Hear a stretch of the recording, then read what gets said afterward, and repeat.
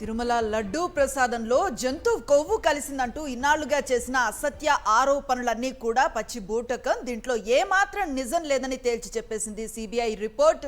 ఇన్నాళ్లు ఈ తరహా ప్రచారాలు చేసిన పెద్ద మనుషులు, వాటికి మద్దతుగా నిలిచి ప్రక్షాళన అంటూ మాట్లాడిన వారు ఇప్పుడు ఏం సమాధానం చెప్తారు అని ప్రశ్నిస్తున్నారు వైసీపీ నేతలు. ప్రస్తుతం కారుమూరి వెంకటరెడ్డి ఫోన్ లైన్లో అందుబాటులో ఉన్నారు, వైఎస్ఆర్సీపీ అధికార ప్రతినిధి. ఆయన అభిప్రాయం తెలుసుకునే ప్రయత్నం చేద్దాం. వెంకటరెడ్డి గారు, సిబిఐ రిపోర్ట్ చూస్తూ ఉన్నాం. ఎట్లా చూస్తారు ఇన్నాళ్ళు జరిగిన అసత్య ప్రచారాన్ని? ఇప్పుడు టీడీపీ వారిని కానీ కూటమి నేతలను కానీ మీరు ఏం క్వశ్చన్ చేద్దాం అనుకుంటున్నారు? ఒకటి, ఎందుకంటే ఇప్పుడు తిరుమల తిరుపతి వెంకటేశ్వర స్వామి లడ్డూ ప్రసాదం అనేది 300 సంవత్సరాల చరిత్ర కలిగినటువంటి లడ్డూ ప్రసాదం. ఏ ముఖ్యమంత్రి గాని, ఏ మనిషి గాని, నేను మళ్ళీ మార్క్ మై వర్డ్స్, మనిషి పుట్టిన ఎవడూ కూడా తిరుమల లడ్డులో జంతువుల కొవ్వు కలిసింది, పంది కొవ్వు కలిసింది, దున్నపోతుల కొవ్వు కలిసిందని చెప్పి కొవ్వెక్కి ఉన్మాదంగా మాట్లాడరు.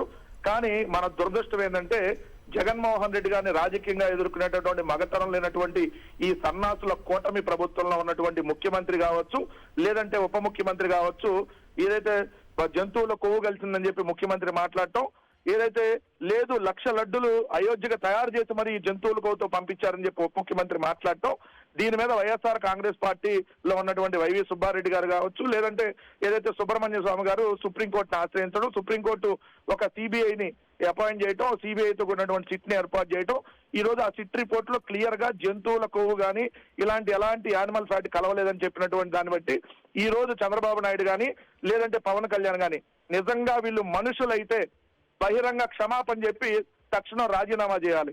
ఎందుకంటే దేవుడి మీద వీళ్ళు మచ్చేశారు. జగన్మోహన్ రెడ్డి గారి ప్రభుత్వంలో 5 సంవత్సరాల్లో ఎటువంటి తప్పులు జరగకపోయినా అనేక రకాలుగా వీళ్ళు ఎలా దుష్ప్రచారం చేశారో, తర్వాత జగన్మోహన్ రెడ్డి గారు ఓడిపోయిన తర్వాత అయినా ఆయనకు 40% ఓటింగ్ వచ్చింది. ఏదో ఒక విధంగా జగన్మోహన్ రెడ్డి గారిని హిందువులను దూరం చేయాలన్నటువంటి ఒక కుట్రలో భాగంగా ఏదైతే ఈ కూటమి ప్రభుత్వం చేసినటువంటి ఈ తప్పుడు ప్రచారం, ఈ ఉన్మాద ప్రచారానికి ఈ రోజు సిబిఐ ఇచ్చినటువంటి ఏదైతే ఆ రిపోర్ట్ సిట్టు, ఏదైతే సిబిఐ ఏర్పాటు చేసినటువంటి సిట్టు 217 పేజీల రిపోర్ట్ ఏదైతే ఇచ్చిందో దాంట్లో క్లియర్ గా ఎక్కడ జంతువుల కొవ్వు కానీ ఎలాంటి యానిమల్ ఫ్యాట్ కానీ కలవలేదని ఇచ్చింది. మరి ఇప్పుడు ఏం చెప్పాలి వీళ్ళు? మేము రాజకీయ కుట్రలో భాగంగా ఇది మేము చేసాం, క్షమించండి వెంకటేశ్వర స్వామి, మేము జీవితంలో తప్పు చేశాం, మా కుటుంబానికి అందరం వచ్చి మీ పాదాలకు చెంత నడిచొచ్చి క్షమాపణ చెబుతామని పవన్ కళ్యాణ్ గాని చంద్రబాబు నాయుడు గాని ఈ రోజు తక్షణం చెప్పాలి. లేదంటే ఖచ్చితంగా ఈ తెలుగుదేశం పార్టీ గాని ఇప్పుడు ఎవరైతే ఈ ఆరోపణలు చేశారో మీడియా కూడా, కొన్ని మీడియా సంస్థలు కూడా పుట్టగతులు లేకుండా పోయేది మాత్రం ఖచ్చితంగా జరిగింది. ఎందుకంటే వెంకటేశ్వర స్వామితో పెట్టుకున్నాడు ఎవడు కూడా బతికి బట్టగట్ల. 4 రోజులు లేట్ అయినా వీళ్ళకి శిక్ష పడింది. ఈ ప్రభుత్వంలో ఇప్పుడే శిక్ష పడుతుంది వీళ్ళకి. అందుకనే కదా ఇన్ని దుర్మార్గాలు ఇన్ని జరుగుతా ఉన్నాయి. సో ఖచ్చితంగా వీళ్ళు చేసినటువంటి పాపం పండబోతా ఉంది.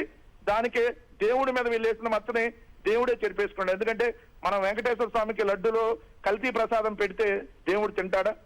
అంటే 140 కోట్ల హిందువుల మనోభావాలను దెబ్బతీశారు. నేను హిందూ ధార్మిక సంఘాలు కూడా అడుగుతా ఉన్నా, మీరు రాజకీయ ధార్మిక సంఘాలు కాకుండా నిజంగా మీకు దేవుడు అంటే భక్తి, హిందూ మతం అంటే భక్తి ఉంటే ఎవరైతే ఆ రోజు ఈ ఆరోపణలు నిజమని చెప్పి ప్రచారం చేశారో ఆ ధార్మిక సంఘాలు కూడా ఈ రోజు మళ్ళీ బయటకు వచ్చి అదే చంద్రబాబు నాయుడిని చొక్కా పట్టుకొని, అదే పవన్ కళ్యాణ్ ని ఆ పంచెలు పట్టుకోనో లేదంటే ఆ లుంగి పట్టుకొని నిలదీయాలని చెప్పి వైఎస్ఆర్ కాంగ్రెస్ పార్టీ డిమాండ్ చేస్తా ఉంది. ఎందుకంటే జగన్మోహన్ రెడ్డి గారి మీద వీళ్ళు వేసినటువంటి ముద్ర, వెంకటేశ్వర స్వామి మీద వీళ్ళు వేసినటువంటి ముద్ర మీద ఖచ్చితంగా ధార్మిక సంఘాలు కూడా ఈ రోజు రియాక్ట్ కావాలి.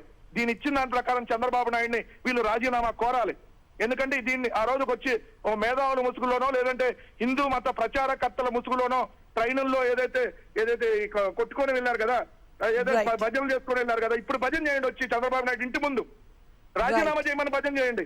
పవన్ కళ్యాణ్ మాదాపూర్ కొంపలో ఉన్నాడు కదా, అక్కడికి వెళ్ళి భజన చేయండి. ఎందుకంటే ఎంత దుర్మార్గమైన కుట్ర, 140 కోట్ల హిందువుల మనోభావాలను దెబ్బతీసి సంవత్సరం నుంచి వీళ్ళు చేసినటువంటి రాజకీయ క్రీడ ఈ రోజు బట్టబయలైంది. నిజంగా వెంకటేశ్వర స్వామి ఈ రోజు ఉన్నాడు కాబట్టి, వెంకటేశ్వర స్వామి వీళ్ళని శిక్షించేటటువంటి రోజు రాబోతుంది కాబట్టి ఈ రోజు సిబిఐ ఇచ్చినటువంటి రిపోర్ట్ దానికి నిదర్శనం మాత్రం వైఎస్ఆర్ కాంగ్రెస్ పార్టీ స్పష్టంగా చెప్తాం. రైట్, థ్యాంక్ యూ వెంకటరెడ్డి గారు. శ్రీనివాస్ గారు, చూస్తున్నాం ఇన్నాళ్ళుగా ఒక అసత్యాన్ని ఇంత గట్టిగా ప్రచారం చేశారు. ఇప్పుడు ఇదంతా కాదు, ఇది పూర్తిగా అవాస్తవాన్ని తేల్చే సిబిఐ రిపోర్టును మనం చూస్తున్నాం. ఎలా చూస్తారు మీ రిపోర్టుని? ఏం చెప్తారు కూటమి నేతలకి? అందరికి నమస్కారం అమ్మ.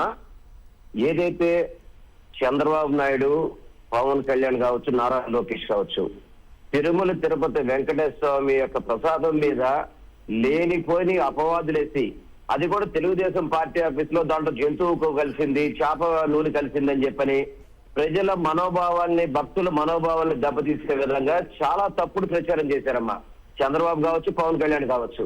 అది చాలా బాధాకరం. ఈ రోజు యావత్తు తిరుపతికి కూడా చాలా ఆవేశ పరిస్థితి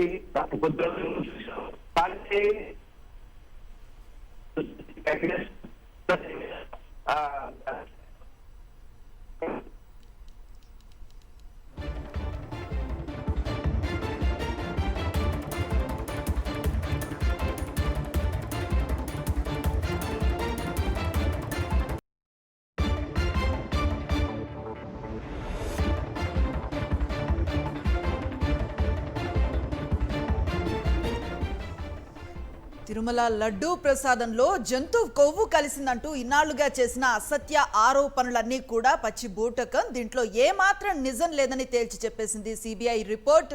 ఇన్నాళ్ళు ఈ తరహా ప్రచారాలు చేసిన పెద్ద మనుషులు, వాటికి మద్దతుగా నిలిచి ప్రక్షాళన అంటూ మాట్లాడిన వారు ఇప్పుడు ఏం సమాధానం చెప్తారు అని ప్రశ్నిస్తున్నారు వైసీపీ నేతలు. ప్రస్తుతం కారుమూరి వెంకటరెడ్డి ఫోన్ లైన్లో అందుబాటులో ఉన్నారు, వైఎస్ఆర్సీపీ అధికార ప్రతినిధి. ఆయన అభిప్రాయం తెలుసుకునే ప్రయత్నం చేద్దాం. వెంకటరెడ్డి గారు, సిబిఐ రిపోర్ట్ చూస్తూ ఉన్నాం. ఎట్లా చూస్తారు ఇన్నాళ్ళు జరిగిన అసత్య ప్రచారాన్ని? ఇప్పుడు టీడీపీ వారిని కానీ కూటమి నేతలను కానీ మీరు ఏం క్వశ్చన్ చేద్దాం అనుకుంటున్నారు? ఒకటి, ఎందుకంటే ఇప్పుడు తిరుమల తిరుపతి వెంకటేశ్వర స్వామి లడ్డు ప్రసాదం అనేది 300 సంవత్సరాల చరిత్ర కలిగినటువంటి లడ్డు ప్రసాదం. ఏ ముఖ్యమంత్రి గాని, ఏ మనిషి గాని, నేను మళ్ళీ మార్క్ మై వర్డ్స్, మనిషి పుట్టిన ఎవడూ కూడా తిరుమల లడ్డులో జంతువుల కొవ్వు కలిసింది, పంది కొవ్వు కలిసింది, దున్నపోతుల కొవ్వు కలిసిందని చెప్పి కొవ్వెక్కి ఉన్మాదంగా మాట్లాడరు.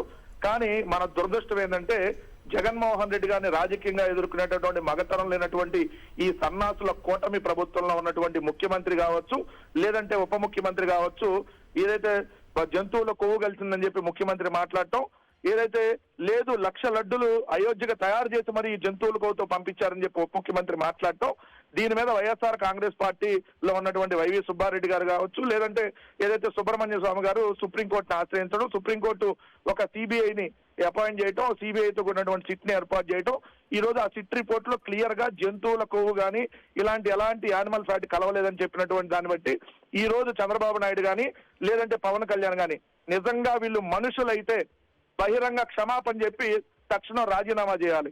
ఎందుకంటే దేవుడి మీద వీళ్ళు మచ్చేశారు.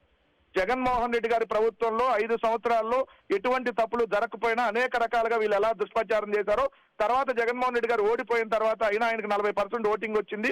ఏదో ఒక విధంగా జగన్మోహన్ రెడ్డి గారిని హిందువులను దూరం చేయాలన్నటువంటి ఒక కుట్రలో భాగంగా ఏదైతే ఈ కూటమి ప్రభుత్వం చేసినటువంటి ఈ తప్పుడు ప్రచారం, ఈ ఉన్మాద ప్రచారానికి ఈ రోజు సిబిఐ ఇచ్చినటువంటి ఏదైతే ఆ రిపోర్ట్ సిట్టు, ఏదైతే సిబిఐ ఏర్పాటు చేసినటువంటి సిట్టు 217 పేజీల రిపోర్ట్ ఏదైతే ఇచ్చిందో దాంట్లో క్లియర్ గా ఎక్కడ జంతువుల కొవ్వు కానీ ఎలాంటి యానిమల్ ఫ్యాట్ కానీ కలవలేదని ఇచ్చింది. మరి ఇప్పుడు ఏం చెప్పాలి వీళ్ళు? మేము రాజకీయ కుట్రలో భాగంగా ఇది మేము చేసాం, క్షమించండి వెంకటేశ్వర స్వామి, మేము జీవితంలో తప్పు చేశాం, మా కుటుంబానికి అందరం వచ్చి మీ పాదాలకు చెంత నడిచొచ్చి క్షమాపణ చెబుతామని పవన్ కళ్యాణ్ గాని, చంద్రబాబు నాయుడు గాని ఈ రోజు తక్షణం చెప్పాలి. లేదంటే ఖచ్చితంగా ఈ తెలుగుదేశం పార్టీ గాని ఇప్పుడు ఎవరైతే ఈ ఆరోపణలు చేశారో మీడియా కూడా, కొన్ని మీడియా సంస్థలు కూడా పుట్టగతులు లేకుండా పోయేది మాత్రం ఖచ్చితంగా జరిగింది. ఎందుకంటే వెంకటేశ్వర స్వామితో పెట్టుకున్నాడు ఎవడు కూడా బతికి బట్టగట్ల. 4 రోజులు లేట్ అయినా వీళ్ళకి శిక్ష పడింది. ఈ ప్రభుత్వంలో ఇప్పుడే శిక్ష పడుతుంది వీళ్ళకి. అందుకనే కదా ఇన్ని దుర్మార్గాలు ఇన్ని జరుగుతా ఉన్నాయి. సో ఖచ్చితంగా వీళ్ళు చేసినటువంటి పాపం పండబోతా ఉంది. దానికి దేవుడి మీద వీళ్ళు వేసిన మచ్చని దేవుడే చెరిపేసుకున్నాడు. ఎందుకంటే మనం వెంకటేశ్వర స్వామికి లడ్డులో కల్తీ ప్రసాదం పెడితే దేవుడు తింటాడా? అంటే 140 కోట్ల హిందువుల మనోభావాలను దెబ్బతీశారు. నేను హిందూ ధార్మిక సంఘాలు కూడా అడుగుతా ఉన్నా, మీరు రాజకీయ ధార్మిక సంఘాలు కాకుండా నిజంగా మీకు దేవుడు అంటే భక్తి, హిందూ మతం అంటే భక్తి ఉంటే ఎవరైతే ఆ రోజు ఈ ఆరోపణలు నిజమని చెప్పి ప్రచారం చేశారో ఆ ధార్మిక సంఘాలు కూడా ఈ రోజు మళ్ళీ బయటకు వచ్చి అదే చంద్రబాబు నాయుడిని చొక్కా పట్టుకొని, అదే పవన్ కళ్యాణ్ ని ఆ పంచెలు పట్టుకోనో లేదంటే ఆ లుంగి పట్టుకొని నిలదీయాలని చెప్పి వైఎస్ఆర్ కాంగ్రెస్ పార్టీ డిమాండ్ చేస్తా ఉంది. ఎందుకంటే జగన్మోహన్ రెడ్డి గారి మీద వీళ్ళు వేసినటువంటి ముద్ర, వెంకటేశ్వర స్వామి మీద వీళ్ళు వేసినటువంటి ముద్ర మీద ఖచ్చితంగా ధార్మిక సంఘాలు కూడా ఈ రోజు రియాక్ట్ కావాలి. దీని ఇచ్చిన దాని ప్రకారం చంద్రబాబు నాయుడిని వీళ్ళు రాజీనామా కోరాలి. ఎందుకంటే దీన్ని ఆ రోజుకి వచ్చి ఓ మేధావుల ముసుగులోనో లేదంటే హిందూ మత ప్రచారకర్తల ముసుగులోనో ట్రైనుల్లో ఏదైతే కొట్టుకొని వెళ్ళారు కదా, ఏదైతే భజనలు చేసుకొని వెళ్ళారు కదా, ఇప్పుడు భజన చేయండి వచ్చి చంద్రబాబు నాయుడు ఇంటి ముందు రాజీనామా చేయమని భజన చేయండి. పవన్ కళ్యాణ్ మాదాపూర్ కొంపలో ఉన్నాడు కదా, అక్కడికి వెళ్ళి భజన చేయండి. ఎందుకంటే ఎంత దుర్మార్గమైన కుట్ర, 140 కోట్ల హిందువుల మనోభావాలను దెబ్బతీసి సంవత్సరం నుంచి వీళ్ళు చేసినటువంటి రాజకీయ క్రీడ ఈ రోజు బట్టబయలైంది. నిజంగా వెంకటేశ్వర స్వామి ఈ రోజు ఉన్నాడు కాబట్టి, వెంకటేశ్వర స్వామి మేము వీళ్ళని శిక్షించేటటువంటి రోజు రాబోతుంది కాబట్టి ఈ రోజు సిబిఐ ఇచ్చినటువంటి రిపోర్ట్ దానికి నిదర్శనం మాత్రం వైఎస్ఆర్ కాంగ్రెస్ పార్టీ స్పష్టంగా చెప్తాం. రైట్, థ్యాంక్ యూ వెంకటరెడ్డి గారు.